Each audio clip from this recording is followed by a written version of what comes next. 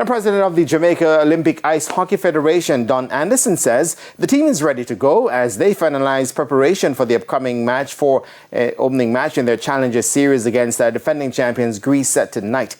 They had arrived in Chicago on Wednesday. More enthusiasm and determination in any of the aggregations that I have been associated with in this ice hockey movement. They are so well organized, they're so well ready for this evening's game, and they're very confident, very, very confident that we can regain this Challenger Series trophy this year. The team will be without star player Malik McGowan, who recently signed a pro contract.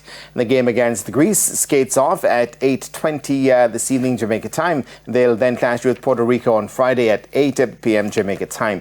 Points earned in this leg of the tournament will go towards the second leg to be played in Montreal, Canada in July.